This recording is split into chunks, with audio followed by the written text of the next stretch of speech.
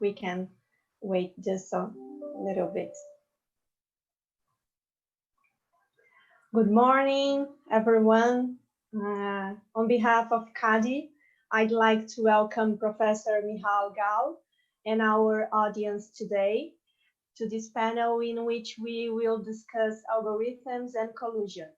It's an outstanding opportunity to have you here during our Brazilian Anti-Cartel Week, Michal and all of you. Cartel is an agreement or concerted practice between competitors to fix prices, divide markets, restrict production, or rig bids. Because they cause price increase and supply restriction without any compensatory economic benefits, there are serious losses to consumers, making goods and services inaccessible to some and unnecessarily expensive for others. Algorithms and how do they operate? Then I will ask the question, can algorithms facilitate coordination? And then the question of, can they be captured under our existing laws? And then the last question is, can the market provide some of the solutions, or what is the path for the future? Okay, so let's start with the first question of what are algorithms? Okay, so algorithms, very simply, are structured decision-making processes that automate computational procedures to generate decisional outcomes on the basis of data inputs to generate data outputs. Now, it might seem very complicated, but think about it that in a very simplified fashion, we all use algorithms in our everyday life.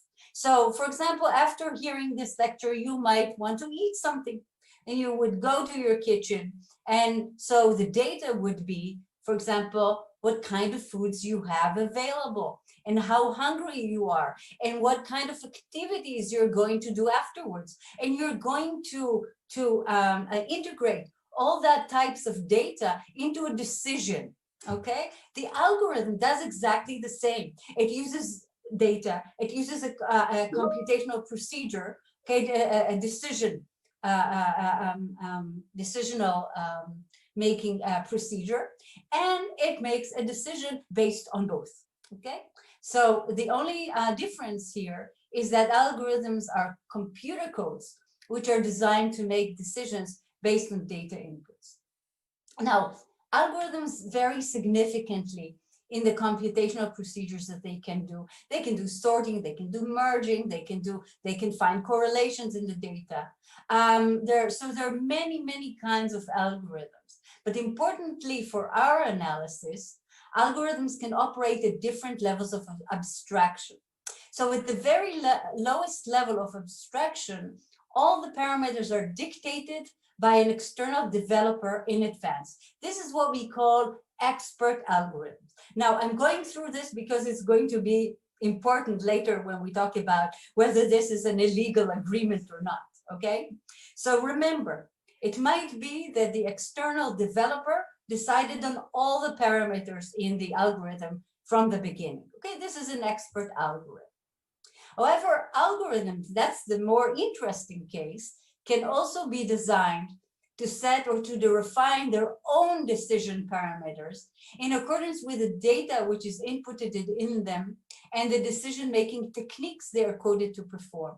Such algorithms are called learning algorithms, okay? Because they learn from the data, okay? They employ what we all know as machine learning, which is actually a type of artificial intelligence that gives computer the ability to learn from the data they encounter without the need to define the correlations a priori, okay? So algorithms can learn from many types of data, including from case studies, including interactions. And the learning can be supervised learning, which involves a process in which the algorithm determines the decisional parameters through an externally supervised training process, which, for example, an expert might look at the outcome of the algorithm and tweak and change a bit the decisional parameters and correct it. or it can learn through unsupervised learning, where the algorithm itself does all the process and there's no interaction of humans during the decisional process or during even the learning process. And one method that this is done through is called deep learning, that you might have heard about. And this is when you have a neural network which connects between layers of artificial neurons in a process that enables them to identify complicated nonlinear relationships in the data, but they do it automatically. The algorithm does it automatically on its own, okay? So if you want, you can liken expert algorithms to a recipe, because somebody, an external advisor, has determined how they should relate to the data. And learning algorithms are like a cook, okay? They decide what to put, when to put, etc. Okay? Now, it's also important to emphasize that in order to operate, algorithms need data. And the better the data for a specific task, the better the algorithmic decision.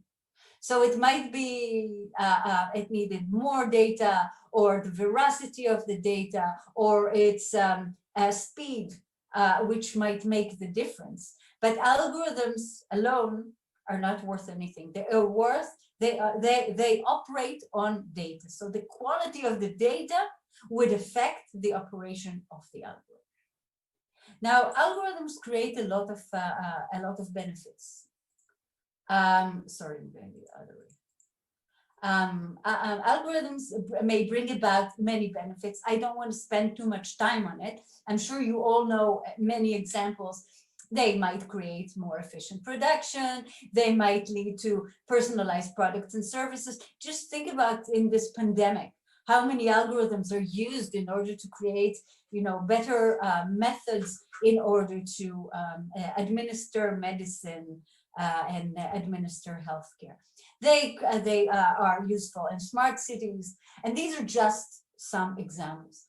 However, at the same time, algorithms can create all kinds of harms, so that they might create personalized and discriminatory prices that might be high for some people based on their low elasticity of demand. They might also create manipulations and addictions. And what is important for this lecture, they might create coordination of prices and trade terms between different firms. So the question that I want to relate to now is, can algorithms actually facilitate coordination? So the fact that they actually can do that has been recognized by the OECD even in 2017. Let me read to you from one of their reports. The OECD report says that algorithms are fundamentally affecting market conditions, resulting in high price transparency and high frequency trading that allows companies to react fast and aggressively. These changes in digital markets, if taken to a certain extent, could make collusive strategies stable in virtually any market structure. This is a big and strong assumption. It's actually quite concerning. Secondly, by providing companies with powerful automated mechanisms to monitor prices, implement common policies, send market signals, or optimize joint profits with deep learning techniques, algorithms might enable firms to achieve the same outcomes of traditional hardcore cartels through tacit collusion. Okay, so to understand, what's behind this, or what led the OECD to these very strong conclusions, I think that a good way to think about it is through the economics of coordination. Okay, because there are today there's actually quite an agreement with most of the economists around the world that algorithms can facilitate coordination. So, for example, Joe Harrington has said that the emergence of coordination in actual market settings would seem extremely possible in the near future. And as Rachi and Staki call it, the end of competition as we know it, because this is going to be so significant. Okay, so let's understand why. Okay, what is it? What stands at the basis of these conclusions? Okay, so let's go to the economics of coordination. So firms have incentives to coordinate instead of compete among each other. However, and as Fernanda rightly said, coordination among competitors is generally welfare reducing because it lowers the competitive pressure at the expense of price and choice for consumers. So, and we have the work of Nobel laureate economist George Stigler, who identified 3 cumulative conditions that must exist for such coordination to take place. And he said that in order for coordination to exist, you need, first of all, an agreement, okay? You need to reach an understanding, all the parties to the cartel or to the coordination should reach an agreement on what trade conditions, might be price or quality or quantity or other trade conditions, that will be profitable for all parties to the agreement, okay? So these will be supra-competitive prices that will benefit all. If they do not benefit, they're not going to be part of the agreement, of course.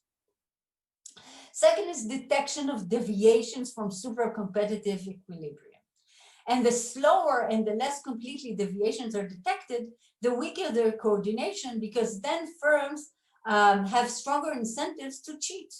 Okay, if everybody charges high prices and you charge a bit less, then you might increase your share of the market. Okay, so if you're not detected, you're going to cheat. So this is the second condition that Stigler set for us.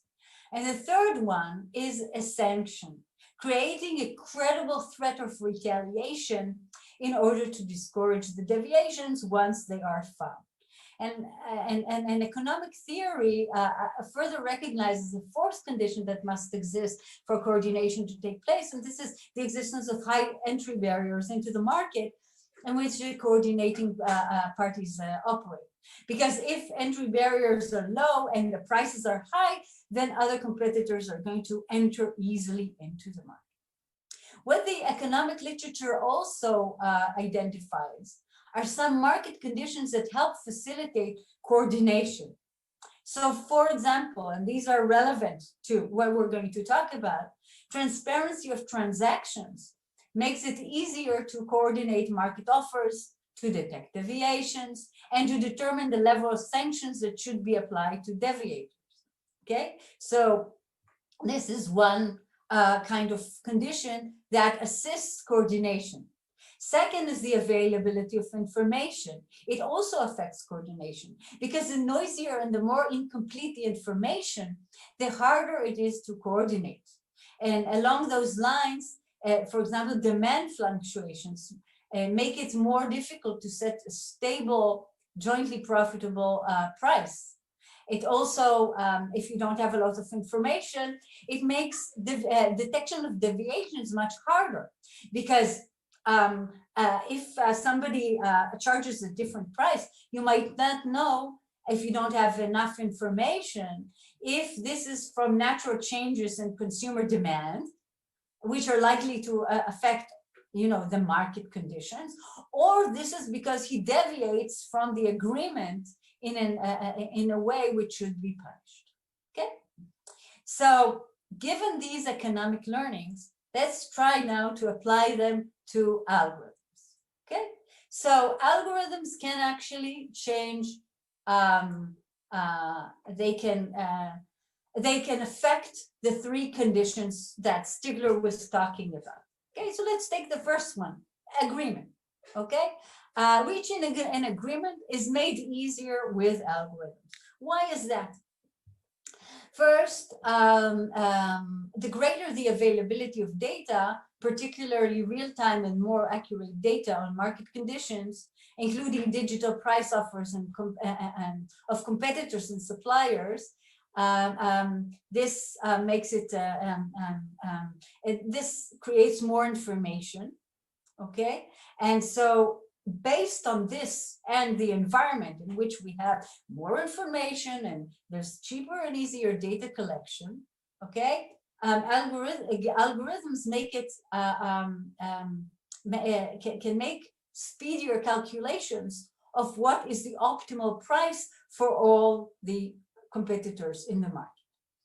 Another factor is their sophisticated calculation, because this makes it easier to solve the multidimensional problems raised by coordination, such as establishing a jointly profitable price in a market with differentiated products, which is actually not an easy economic endeavor. But with algorithmic sophistication, this can be done relatively easily and also very quickly.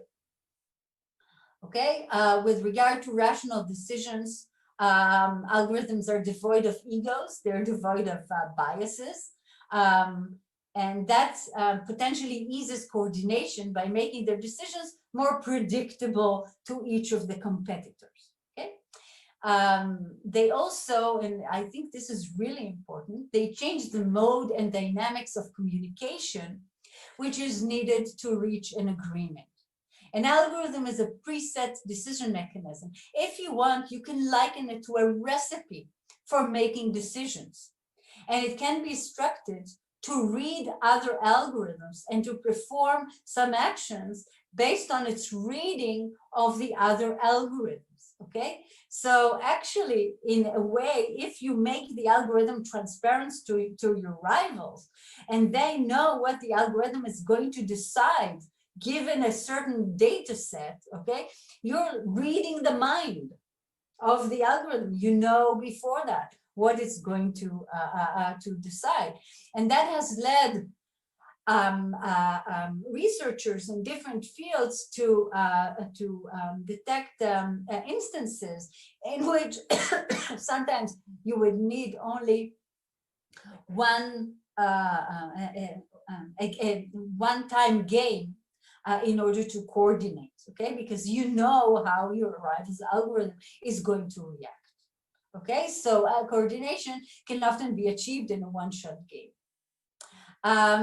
You might also send a strong signal if you make changing the algorithm difficult, because then you say, okay, this is my algorithm, take it as given, this is my signal, then I'm committed to doing exactly this.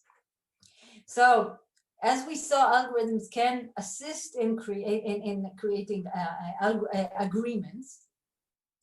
They can also assist in the role of detection, okay, of deviations. And why is that? Deviations from the status quo. Why is that? Because due to their high levels of sophistication and their reduced ingrained biases, they may better differentiate between intentional deviations from coordination and natural reactions to changes in market conditions. They also can more easily and less costly monitor market conditions. And I think what's even more interesting is that they reduce incentives to deviate in the first place. Why is that? That is because technology enables the algorithm to react almost immediately to changes in the prices of a competitor. So let's assume that two firms compete, okay? One wants to compete and they on price, okay? So the price right now is $10, okay? And one reduces the price to 9.5, but the algorithm of the other firm detects it immediately, okay? So immediately the algorithm changes the prices to 9.5. So that change did not actually affect the profitability of the one who reduced the price in a positive way. It actually reduced the price for both, right? So the firm taking that into account would have less incentives to deviate in the first place, okay? Another thing that algorithms can do is also increase the third condition, because the sanction can be immediate. Algorithms can crawl the internet all the time, you know, and then react immediately. Okay, so the sanction might be immediately. immediate. And they also are better at calculating the level of sanctions which is necessary to discourage deviations. And they can create a credible level of threat of retaliation if changing their decision tree is not simple, or if change may take a long time relative to the frequency of market transactions. Okay. So, however, one thing that they cannot change is the height of entry barriers. So again, the fourth condition that we need high entry barriers must exist for algorithmic coordination to take place. Okay, so this is not to say that algorithms can facilitate coordination in all circumstances. So where entry barriers are low, or one or more of Stigler's conditions cannot be effectively met, coordination will not take place.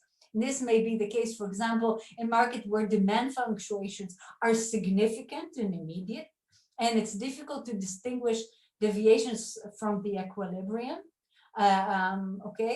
or where the relevant data are not easily accessed by all competitors. However, there might be many situations in which algorithms might facilitate coordination, and this is mostly, when conditions like homogeneous products and there's no strong brand recognition.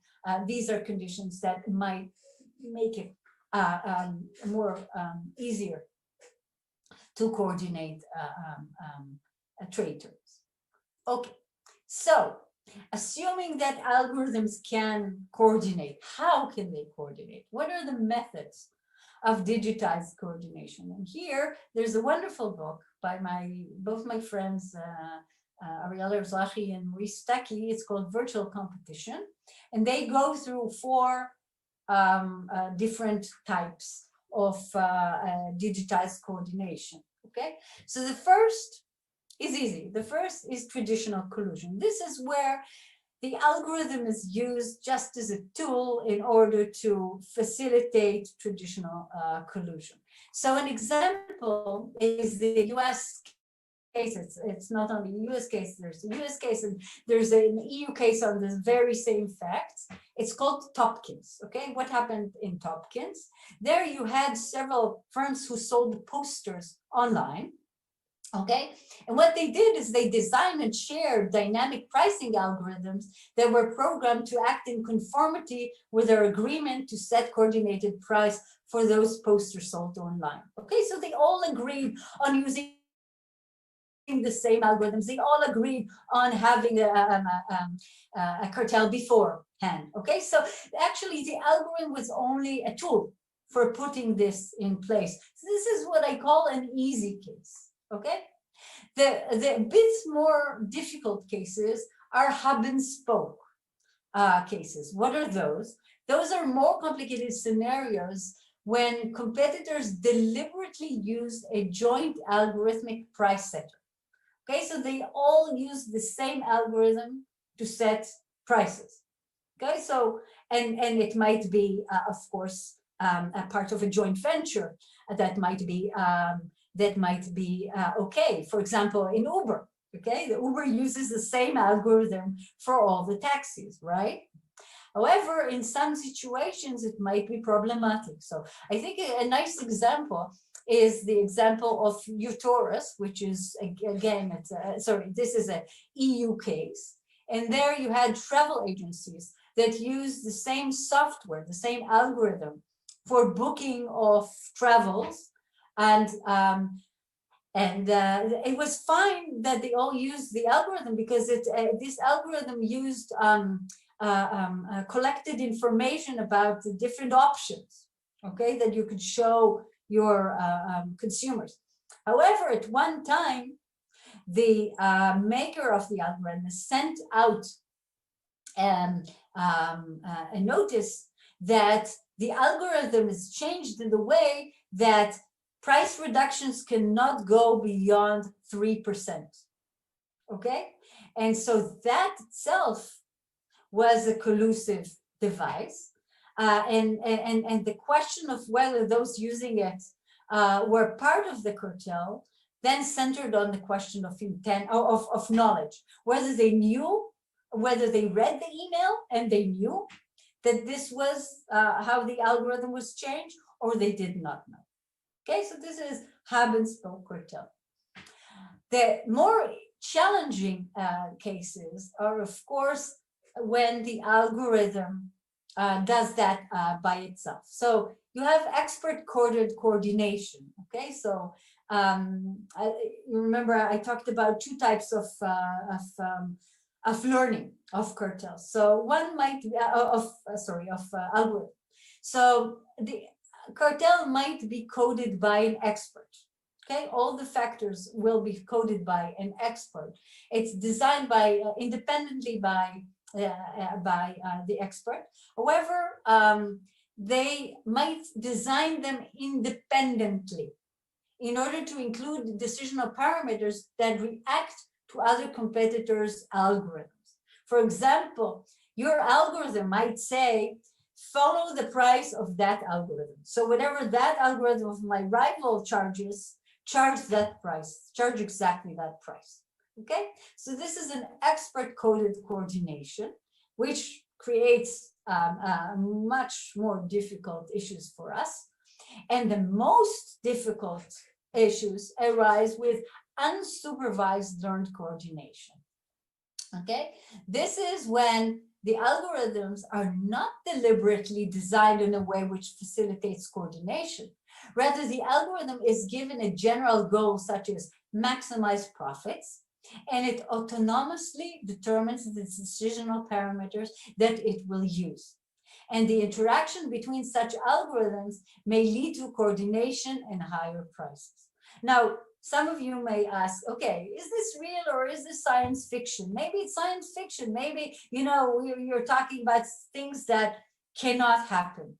Well, there have been some very interesting experiments in the last years that have shown that actually algorithms can learn through experimentation to shift from a competitive pricing equilibrium to a collusive pricing equilibrium and sustain that new equilibrium, with high super competitive prices. So that under certain conditions, what is called reinforcement learning, that the algorithm learns itself from its own past decisions, okay, it can sustain cooperation. And what is interesting, that there's an incredible paper by 4 economists, Calvano, Calzolari, Danilo, and others. It's called Artificial Intelligence, Algorithmic Prices, and Collusion. And what they found is that in experiments with 2 pricing algorithms, tacit collusion emerged in more than 60% of the cases, and at even higher levels following sufficient stimulation. So if you tweak it just a bit, whoop, you get a much higher percentage of the cases in which you get algorithmic collusion. And these results were observed in significantly rich environments, okay? It's not simple with not a lot of pricing factors, but where you had up to 100 price levels. And their experiment found a conscious parallelism and increased profitability with short learning periods. So the algorithm actually learned quite fast. And part of their bottom line, and let me read from their paper, they say that what is most worrying is that the algorithm leaves no trace of concerted action. They learn to collude purely by trial and error, with no prior knowledge of the environment in which they operate, without communicating with each other, and without being specifically designed or instructed to collude. Okay, this is a very strong result, one that should give all of us a pause about how pricing is done in digital markets. And let me add to that, that in a survey of American firms, more than 50% of firms said that they are using pricing algorithms. And there are actually a lot of pricing algorithms off the shelf that you can buy for not a lot of money. So this is very troubling, okay, for many reasons. So this is part of what they did in their paper. Okay, they showed that even if you force a price deviation by one algorithm, this led the learning algorithms to react. And as you can see, they found their way back to the super competitive price, even by themselves, without any human intervention, just maximize the profits. Okay, they're very troubling, I think. So the bottom line here is that algorithms can help facilitate coordination, and that algorithmic tacit collusion, which is the use of algorithms to execute unilateral and rational reactions to market characteristics that reflect interdependence, will affect some of our markets. And this is something that we must think about. Okay, so let me now move to enforcement. So what are the challenges for enforcement given what I just said? Okay, so there are quite a few. There are challenges with regard to policy and legality, especially with regard to the last two cases with expert algorithms and learning algorithm, independent learning algorithm. Is this oligopolistic coordination, or is this collusive agreement? Okay, there is a strong case to be made that, you know, it's not like the agreements that we have in mind, that we had in mind when we created our laws. So do they actually create an agreement between them? I will relate to this question more in a second. Okay, detection. How can we detect? Even if the algorithms are agreements, okay? How should we audit algorithms of firms? Should we audit algorithms of all firms? How do we do that? I mean, well, how about intellectual property? Enforcement. Even if we detect, okay, even if we detect an agreement, okay, we decide that this is an agreement. What is the remedy? Okay, that we're going to impose? Are we going to tell firms, do not apply an algorithm, a pricing algorithm, do not react to your rivals? These are really, really tough questions. So let me give you some more pointers of how I think about these issues. So is there an agreement here? For liability to arise, market participants must be found to have engaged in an agreement which restrained trade. So the case law so far, and again, I don't know Brazilian case law, but I know case from the US and EU and Canada and other places. It's usually for an agreement to exist, it must involve either express or implicit formulation of some kind of an agreement before it is implemented, okay? And independent conduct in which competitors act in parallel without regard to one another's actions does not constitute an agreement, nor does mere interdependent conduct. So if you take into account your rival's actions, but this is not part of an agreement, this, under our laws, is not an agreement. And communication between competitors which signals intent to act in a coordinated way and their reliance on each other to follow suit are important factors here. And the mode of communication, as well as the types of information communications, play a decisive role under such definitions in many jurisdictions. Okay. Final point here is that many jurisdictions, and I understand that Brazil as well, use what is called plus factors or facilitating factors in order to differentiate between agreements and non-agreements or oligopolistic coordination. So let's apply this to algorithms and let's see what happens. So the question is is there a discord between existing conceptions and assumptions which were shaped to apply to human interactions and the digital world? So let me give you some pointers here.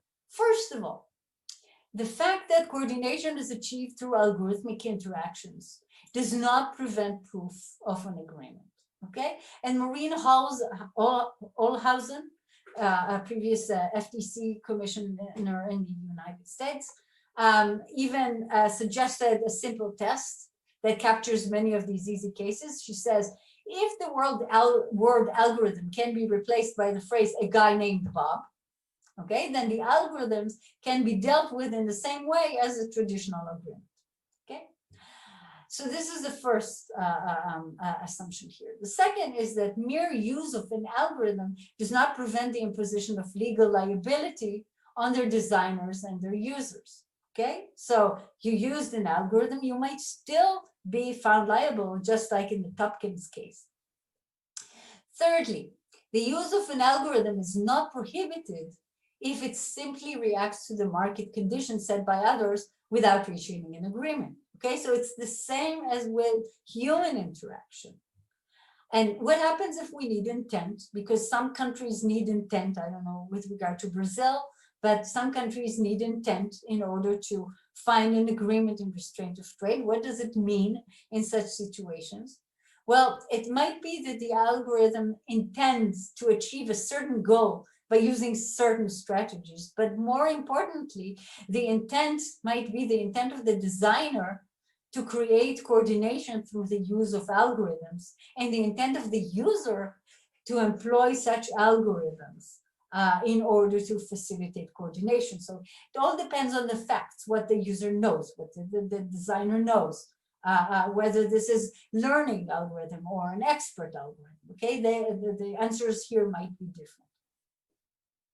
And it's important to remember that algorithms communicate through the decisional parameters coded into them or set by them in the case of machine learning, so that competitors can then rely on such communications when determining their own actions. Okay, so what can we do with our existing laws? I think that one way to think about some of the existing tools is to think about the use of facilitating practices or plus factors as reducing some harms in some situations. This is not a panacea. This will work in some situations. So do the algorithms themselves, does the use of a pricing algorithm by itself, should it be treated as a plus factor and so the algorithm should be prohibited? The answer here, I think, is no, because there are offsetting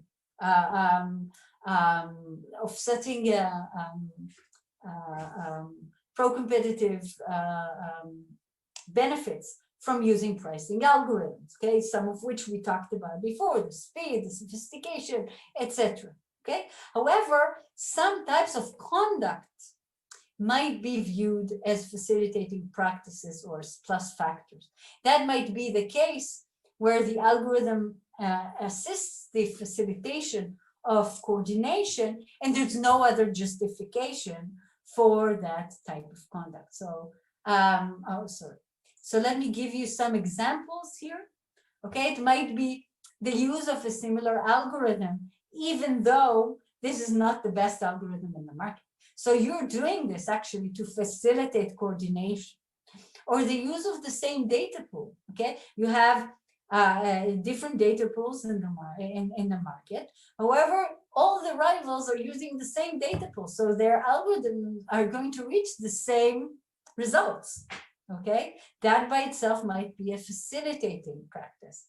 Sharing of data with your rivals. Okay, data, as we said, is an important input for algorithms, and that is something which all of these raise red flags. You have to look more carefully at the cases and the conditions. However, they raise red flags. You should start thinking, so start looking at whether this is an agreement or not.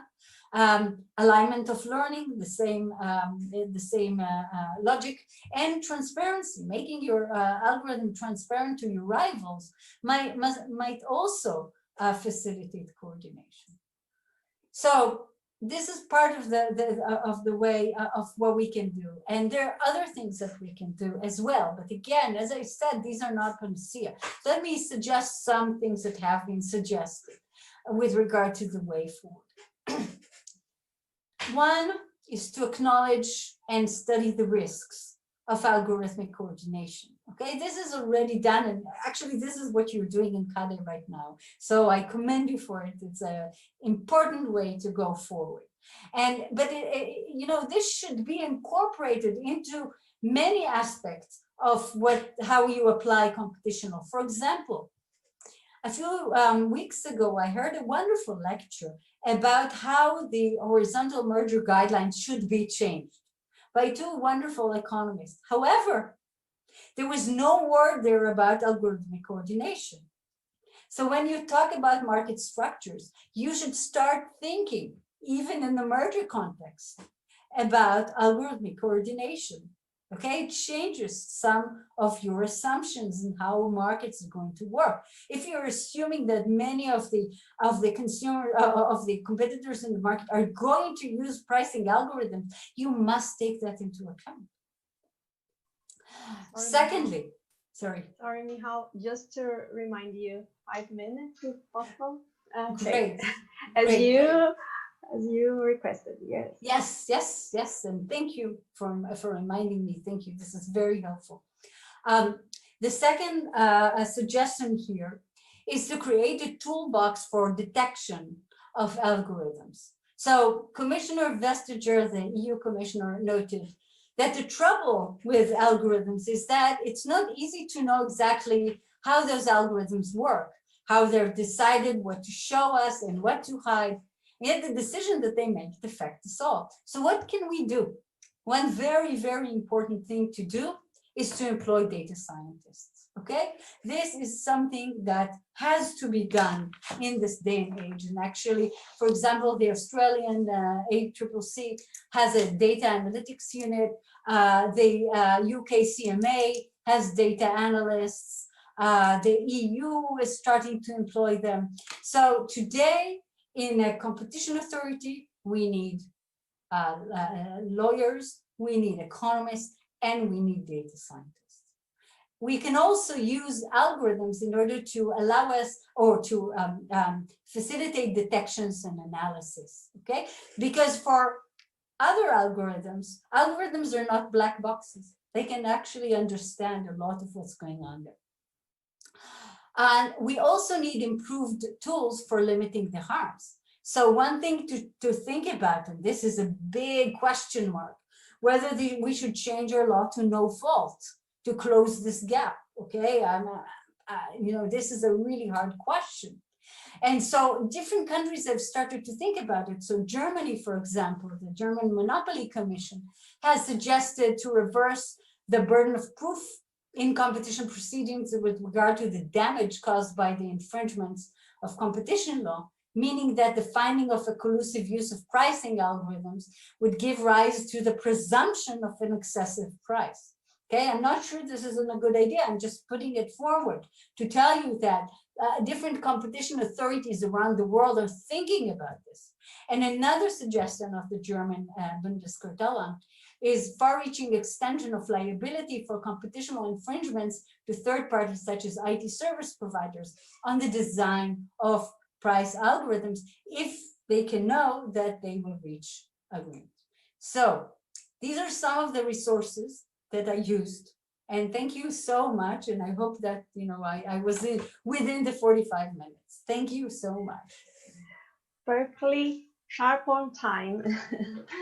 Thank you very much. That was an amazing presentation. Lots of things to think about together. And I'd like to start to take the opportunity to have a debate of ideas. I'd like to start with the question of Professor Vicente Bagnoli. As I said before, he is the director of Escola Brazil here, and he made two questions, in fact. In your opinion, more than coordination, how algorithms can be applied by super digital platforms to harm competition? And in your opinion, how important is for competition authorities around the world having their staff data scientists and specialists in algorithms to investigate cartels and abuse of dominance. Okay.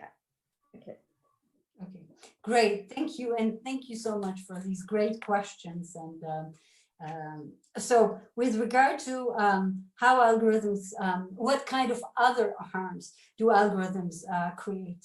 Well, algorithms can create personalized prices, for example, and create discrimination, because the more information that they have about us and about our preferences, the more they can create prices that are specific to us. So for example, if I'm really interested in competition law books and somebody is not so interested, I would have to pay a higher price, okay? So that the margin, okay, of the consumer welfare here is going to be from the trade, the firm is going to get a larger part of it. Also today, we know from all kinds of studies, algorithms can be used in order to detect biases and to create manipulations, and also for to create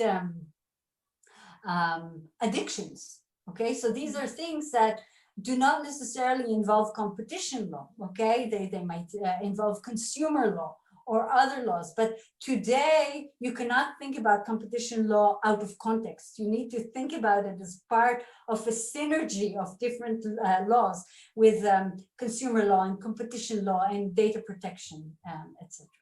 Okay.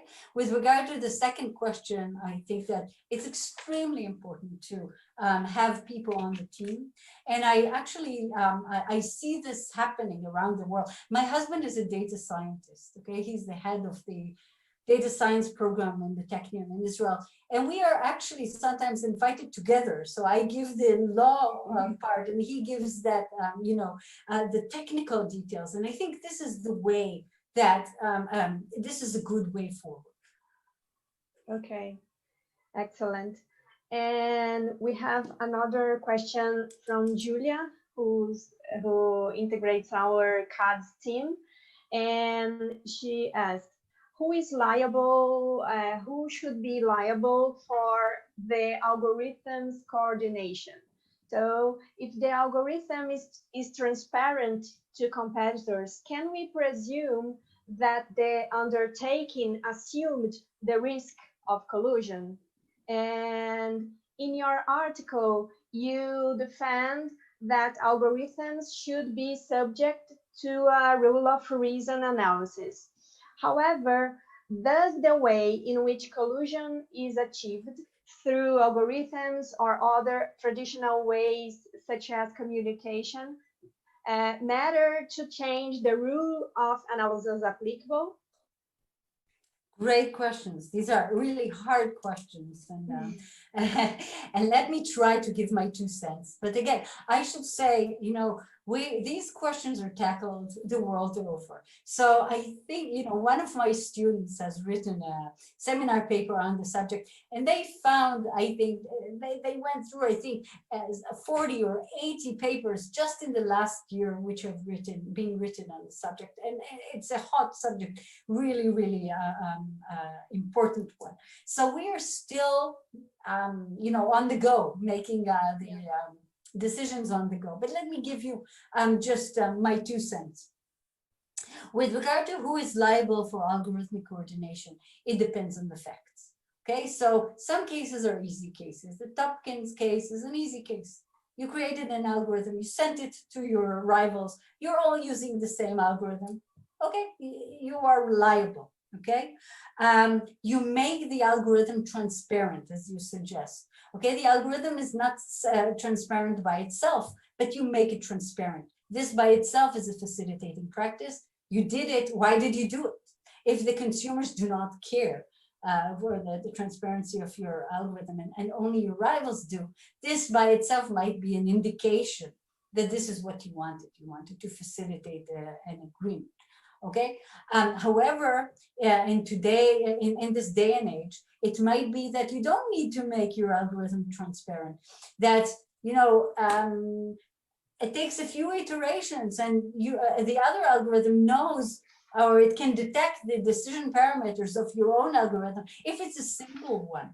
Okay, in that case, you don't even need to make it transparent and you facilitate coordination. So that might be a more difficult case. And here, the question of liability is going to be much tougher. With regard to the design, again, if this is an expert algorithm, it's going to be easier to apply liability than if this is a learning algorithm. However, let's assume that you know that given the Calvano paper, that your algorithm is going to reach super competitive prices. Okay, if you design it, and this is Q learning algorithm, because you saw that, you know that. Again, are you not liable? Very difficult question, right? With regard to the rule of reason, I'm still hesitant. You know, algorithms do a lot of good things, even with regard to pricing. You know, it's think about it that today it's okay for a firm to consider the conditions in its market and set the prices accordingly. So if this is what the algorithm is doing, okay, I would be hesitant to determine that this is a cartel. Okay, excellent. And now when we are heading towards the end of this seminar, I indicate that it's available on the chat, a link for a brief event evaluation form. So I thank everyone who could answer it. It would be extremely valuable for the organization of the coming days and the upcoming events to keep a close record of the impressions of this audience about this session. So please fill in the form. And another question from Felipe Roquette here from Team Scali as well. Professor, would the liability, another questions about liability, sure. Would the liability reach companies that outsourced the precipitation algorithms development? And I'm not thinking about identical algorithms, but two competitors outsourcing the development of their key learning algorithms to different IT companies. Okay. Again, thank you so much. And this is, again, a tough question because you're one step removed. Okay, it's not your own, you did not do it, it's not your team, but it is one step removed. It's going to be much more difficult, of course, to apply the prohibition, but it might be applied to the developers themselves if we decide that this is an agreement.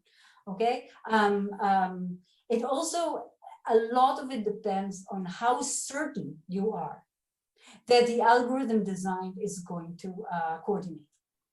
Okay, but even then, okay, whether this is going to be, it might be oligopolistic coordination rather than anything else. By the way, the questions of liability, the questions that you raise, these are wonderful questions. They are quite similar to the ones that relate to robots.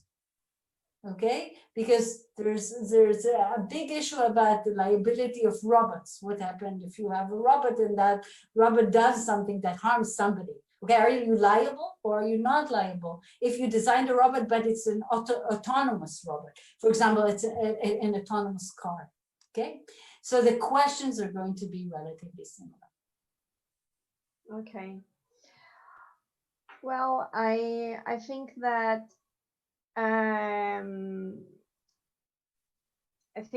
we are running to the end. So in this case, in which we have an area without, with lots of questions and without clear answers and clear practical examples, in fact, for sure, that's an almost perfect scenario for a productive discussion as we had today. Thankfully, we had Professor Gal with us to present her questions, her thoughts. prompting us to think about the subject together. I think that everybody can help to develop this issue and have some contributions to present. And to close the session, I am grateful to every attendee that followed this webinar, and I hope that it has inspired a better understanding of antitrust enforcement or antitrust issues in digital economy. I invite you to tomorrow's session of this event, which will take place at 5 p.m. with the topic Cartel in Times of COVID-19. What it's a very another hot topic. And the president of CADI, Alexandre Barreto, and the general superintendent, Alexandre Cordeiro, will join a roundtable mediated by CAD's communication advisor, the journalist Juliana Cavalcante. So I'd like to ask before if Michal, do you have any other comments and something to close up? And thank you again on behalf of CADI. Thank you. This was a pleasure, and you're doing great things, and just continue doing them. Okay. Okay. Thank you very much. Bye-bye. See you.